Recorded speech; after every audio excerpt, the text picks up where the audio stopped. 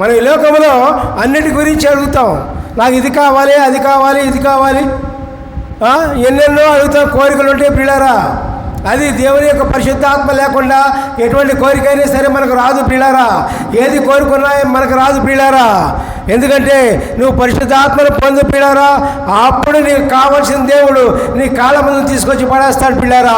దేవునికి స్తోత్రం.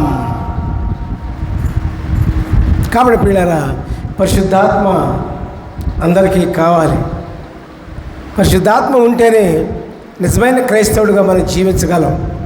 నిజమైన క్రైస్తవుడిగా జీవించాలి అంటే ప్రియులారా, మరి పరిశుద్ధాత్మ లేకుండా మనం జీవించలేం ప్రియులారా. నిజమైన క్రైస్తవుడిగా ఉండాలి. మనం ఎంతకాలం బతికిందని కాదు, ఈ లోకంలో మనం ఏ విధంగా బతికినామని కాదు, మనం దేవుని యందు పరిశుద్ధాత్మ కలిగి దేవుని యందు నమ్మకంగా జీవించామా లేదా అనే మనకు కావాలి. కానీ ప్రియులారా,